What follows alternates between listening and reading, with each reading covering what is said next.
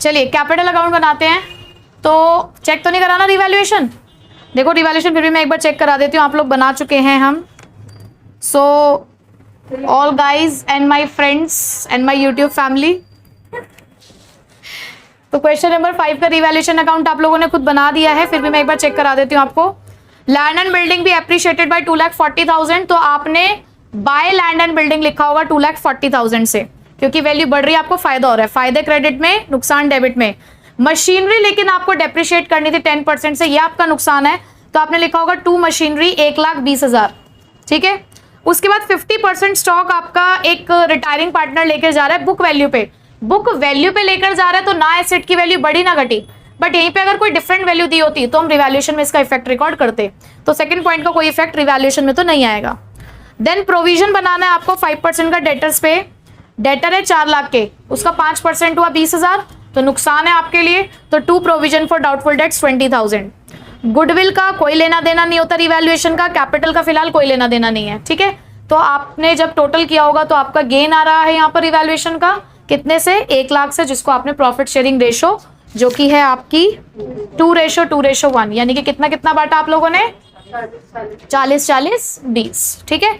तो अब हम कैपिटल अकाउंट जब बनाना शुरू करते हैं तो मैंने आपको हमेशा बताया है कि सबसे पहले शुरुआत किससे होनी चाहिए? बैलेंस लिखने से। पहले हम बैलेंस शीट को ही देखते हैं। तो आप यहां लिखोगे बाय बैलेंस बीडी, कितने से? 14 लाख, 3,60,000। तो बाय बैलेंस बीडी हमने लिख दिया 14 लाख, 3,60,000। उसके बाद देखिए लाइबिलिटी साइड में कोई रिजर्व वगैरह है कि जो पार्टनर्स को देना हो? है क्या? एसेट साइड में कोई आपका फिक्टिशियस एसेट, कोई प्रॉफिट एंड लॉस अकाउंट कुछ है? नहीं है। अब हम पॉइंट्स पे आते हैं। सो जब हम पॉइंट्स पे आए तो आपने पॉइंट्स के लिए रिवैल्यूएशन अकाउंट बनाया जहां से आपको गेन आया था, तो वो गेन हम ट्रांसफर कर लेते हैं बाय रिवैल्यूएशन अकाउंट। 40,000, 40,000 और 20,000। बीच में एक सेकंड पॉइंट था कि हमारा रिटायरिंग पार्टनर हमारा 50% स्टॉक ले गया है। तो देखो स्टॉक हमारा 10 लाख का है, 50% का मतलब क्या हुआ? 5 लाख। तो 2 स्टॉक अकाउंट। अच्छा बताइए रिटायरिंग पार्टनर का नाम क्या है?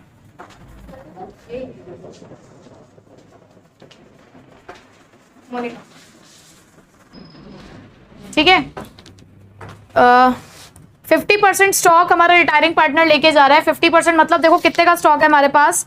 10 लाख का स्टॉक है, तो 50% का मतलब हुआ 5 लाख। रिटायरिंग पार्टनर है हमारी मोनिका, तो मोनिका के डेबिट साइड में, क्योंकि देखो हम उसकी कैपिटल को कम कर देंगे उतने से ही, जितने से वो हमारा स्टॉक लेकर जा रही है उतने से हम क्या कर देंगे? उसकी कैपिटल अकाउंट को कम कर देंगे, क्योंकि उतना पैसा हमने कम देना है उसको।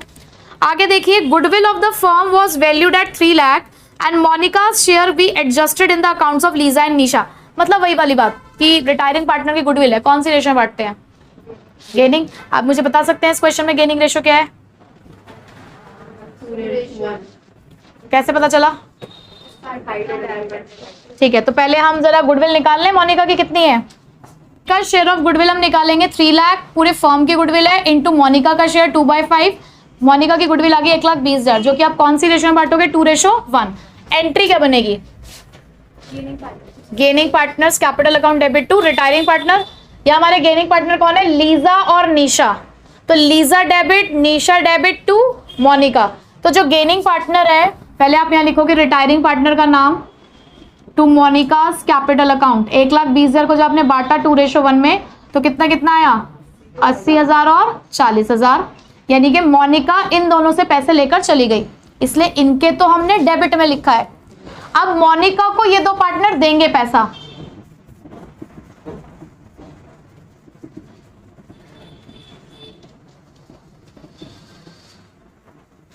गेनिंग पार्टनर्स हैं, ये मोनिका को शेयर दे रहे हैं, तो by Lisa's capital account, by Nisha's capital account 80,000 और 40,000। पहले मुझे बताइए गुडविल की एंट्री में कोई डाउट तो नहीं है? सिर्फ यही है, इसके अंदर टेढ़ी चीज और कुछ भी नहीं है। जिस पार्टनर को आपने गुडविल देनी है उसके क्रेडिट में अमाउंट आएगा, नाम दूसरे पार्टनर्स का लिखा जाता है, गेनिंग पार्टनर्स का। यहाँ रिटायरिंग पार्टनर का नाम लिखोगे और उनके डेबिट में से पैसा निकाल लोगे, ठीक है। फिर उसके बाद अब आई कैपिटल एडजस्टमेंट। ध्यान से सुनिए जरा। The total capital of the new firm will be fixed at 27 lakh. नई फर्म की कैपिटल हमने 27 लाख फिक्स कर दी है। ये न्यू प्रॉफिट शेयरिंग रेशो क्या है आपकी? 2:1, वही वाली हो गई। ठीक है, तो आपने क्या करना है, बहुत बहुत सिंपल, आपने सिर्फ यहां पर न्यू कैपिटल निकाल लेनी है, Lisa's new capital. Total capital of the firm कितनी बताई उन्होंने हमें? 27 लाख इंटू न्यू रेशो क्या है इसकी? 2/3। तो कितनी कैपिटल आ गई इसकी नई वाली? 18 लाख। लाइकवाइज निशा की कैपिटल निकालेंगे आप, निशाज न्यू कैपिटल 27 लाख इंटू 1/3, तो ये कितना आ गया? 9 लाख। बताइए 18 और 9 27 कंप्लीट। अब ये जो न्यू कैपिटल आई है ये बन चुके हैं आपके टू बैलेंस सीडी। ठीक है, आपने क्या करना है, यहां लिख देना है 18 लाख। अब मोनिका तो जाने वाली पार्टनर, उसका तो बैलेंस आएगा नहीं, और यहां पे 9 लाख। इसी तरीके से इस साइड अब आपने क्या करना है, टोटल। अब आपने कुछ नहीं करना, सिर्फ टोटल करना है। 14,40,000, और इधर का टोटल आपको दिख रहा है 18,80,000। इधर बड़ा है 18, डिफरेंस आ रहा है आपका 4,40,000। ठीक है, अभी क्या लिखना है वो बाद में पढ़ते हैं। ऐसे ही इधर देखो, अभी मोनिका को बाद में देखेंगे। निशा, इधर 3,80,000 टोटल है, उधर 9,40,000, इसका डिफरेंस भी उधर आ रहा है, तो ये डिफरेंस आ रहा है 5,60,000। ठीक है, अब देखते हैं कि यहाँ पे लिखना क्या है। तो जरा लास्ट वाले पॉइंट पे आओ, फिर से लिखा है for the purpose current accounts of the partners were to be opened. उन्होंने बोला कि इस पर्पस के लिए, भाई आपने जो कैपिटल एडजस्टमेंट करी है इसके लिए जो डिफरेंस आया, उसके लिए आपने कौन से अकाउंट्स खोलने हैं? पार्टनर के करंट अकाउंट। तो आप यहां लिख दोगे बाय पार्टनर्स करंट अकाउंट, और क्योंकि ये आपने बैलेंस करके निकाला है तो आप यहाँ पे क्या लिखेंगे? Balancing figure. क्या कुछ अलग कर रहे हो? बिल्कुल एडमिशन में सेम काम किया आपने, सेम कैपिटल एडजस्टमेंट करी है। ठीक है, मोनिका के लिए देखो जरा, मोनिका का टोटल कितना आ रहा है? इसका टोटल आ रहा है हमारे पास 15,60,000। इधर भी लिखेंगे 15,60,000, बट क्योंकि 5 लाख का एडजस्टमेंट हो चुका तो कितने पैसे दोगे बस अब? 10,60,000। अब क्वेश्चन में कुछ मेंशन नहीं है कि क्या करना है रिटायरिंग पार्टनर का, तो क्या करोगे उसके?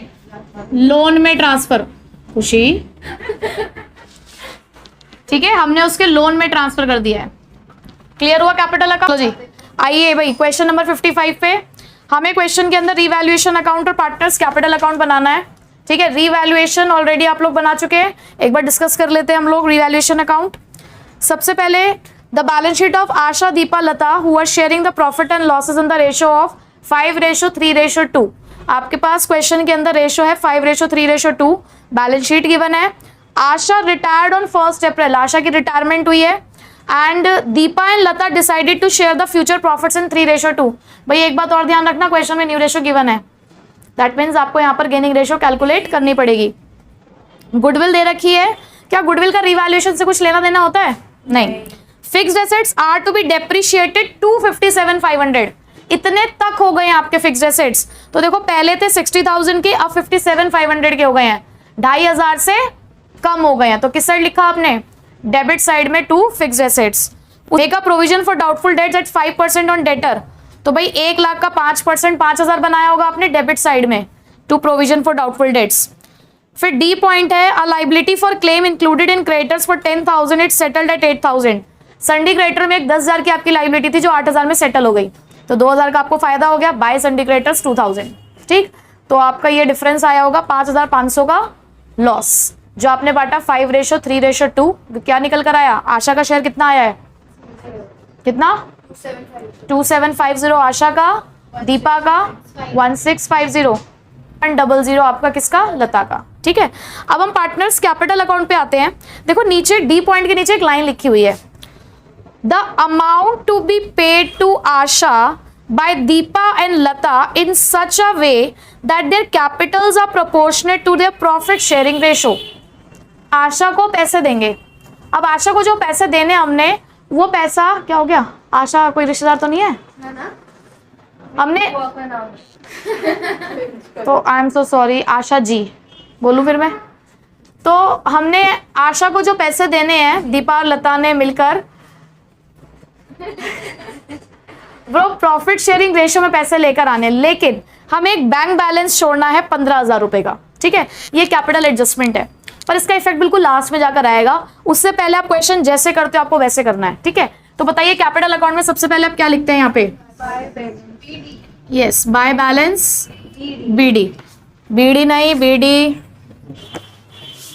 40,000, 62,000 और 33,000। ठीक है, उसके बाद हम हमेशा से क्या करते हैं, बैलेंस शीट से बनाते हैं पहले कैपिटल। लाइबिलिटी साइड में बताइए कोई बांटने वाली चीज है क्या?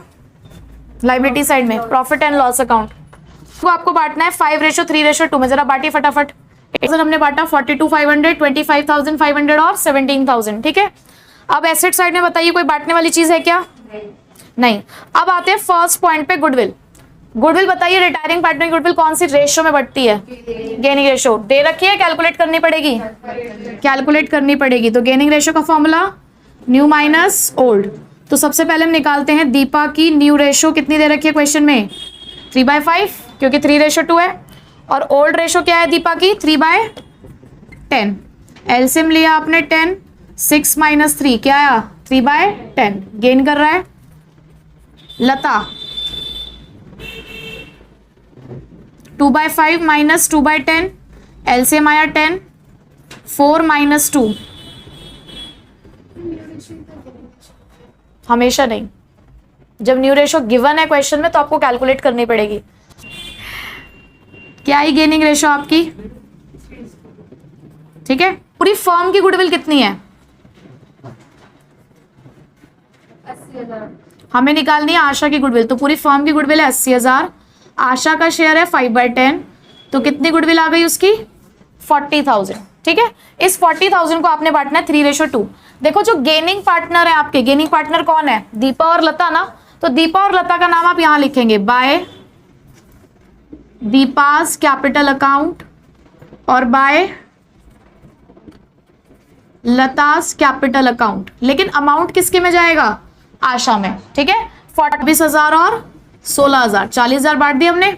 अब देखो गेनिंग पार्टनर्स ने आशा को पैसा दे दिया तो उसके अकाउंट से निकलेंगे भी तो पैसे।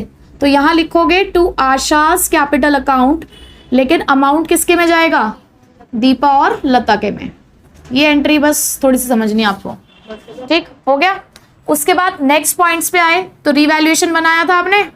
रिवैल्यूएशन से आपको लॉस आया था, कितने कितने का लॉस था? 2750, 1650 और 1100।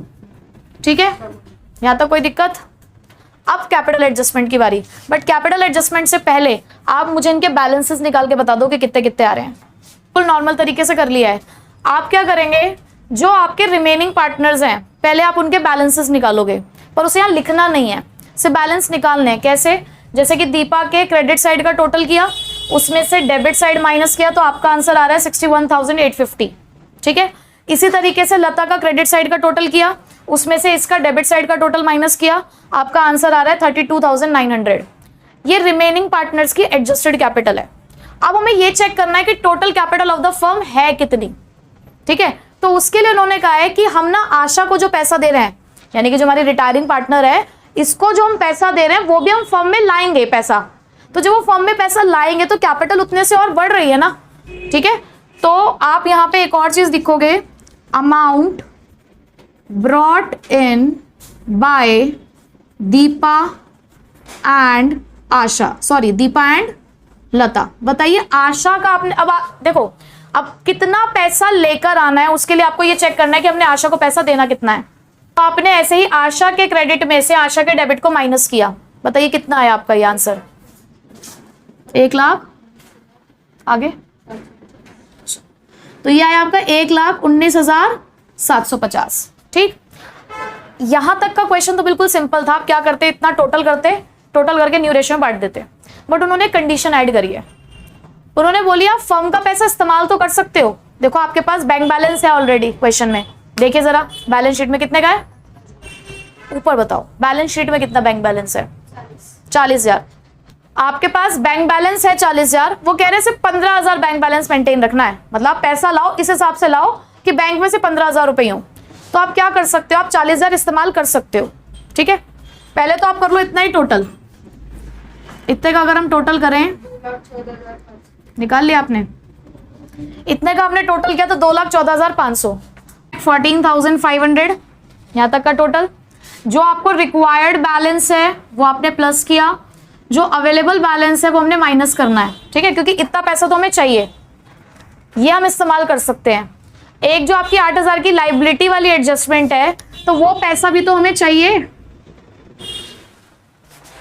वो 8,000 रुपए भी हमें यहाँ पर क्या है लेकर आने हैं फर्म में, ठीक है। तो इसलिए वो 8,000 भी हम यहाँ पे क्या करेंगे प्लस। आ रहा है 1,97,500, ये बनी आपकी total capital of the firm, और इसी से निकालेंगे आप दीपाज न्यू कैपिटल 1,97,500 इंटू 3/5 और लताज न्यू कैपिटल 1,97,500 इंटू 2/5।